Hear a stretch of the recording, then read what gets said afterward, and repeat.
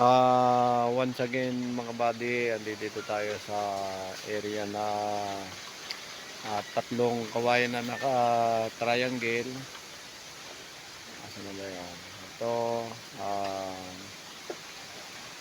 south, tapos south, ano ba ito? South, north. North yung bato na yun guys. Ayan, north. At saka south. Kita guys. Ayan guys ang ano. Ito, kawayan na isa. Pinaka-free. Pero ito, isa, dalawa, tatlo. Naka-triangle siya guys, pero ang subject natin ay nandito guys. Ito ang nakita natin dun sa 2 metro.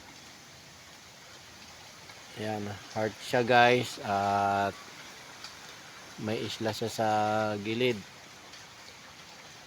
Ayan siya, tapya siya.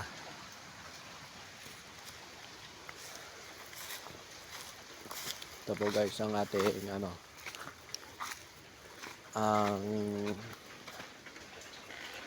pinghukay. Ito ang kawayan, doon siya nakakuha sa gilid.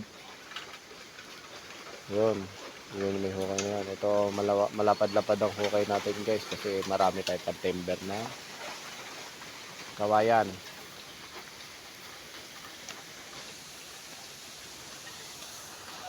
Anong nangyari? Meron. Nasa likod na kubo. Yung sapa, ilat siya. Nasa likod na kubo itong ilat. Na sa pa yung ilat. Sa likod ng kubo? Oo, sa likod ng kubo. Yan eh, punong maranda. Maraming sangang yan. Oo. Kapag ano.